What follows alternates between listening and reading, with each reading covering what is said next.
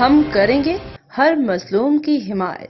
السلام علیکم، میں ہوں حرین فاطمہ اور آپ دیکھ رہے ہیں حمایتی نیوز HD چینل۔ نظر ڈالتے ہیں آج کی اہم خبروں پر۔ ایران کے اسرائیل پر حملے کے بعد مغربی کنارے کے اوپر بھی میزائل حملے ہوئے ہیں۔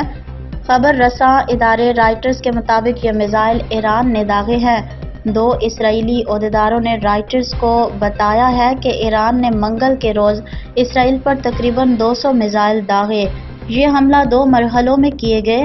اسرائیل کے فوج نے منگل کو ایران کی طرف سے اسرائیل پر داغے گئے میزائلوں میں سے درجنوں کو فضا میں ہی مار گرایا۔ یہ بات خبر رساں ادارے رائٹرز نے شام کے فوجی ذرائع کے حوالے سے بتائی۔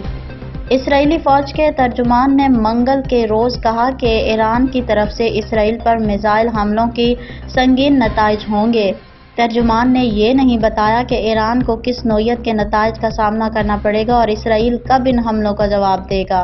اسرائیل کے خلاف ایرانی حملے پر وائٹ ہاؤس میں بریفنگ دیتے ہوئے امریکہ کی قومی سلامتی کے مشیر نے ایرانی حملوں کو ناکارہ بنانے میں امریکی کردار کی بھی تعریف کی۔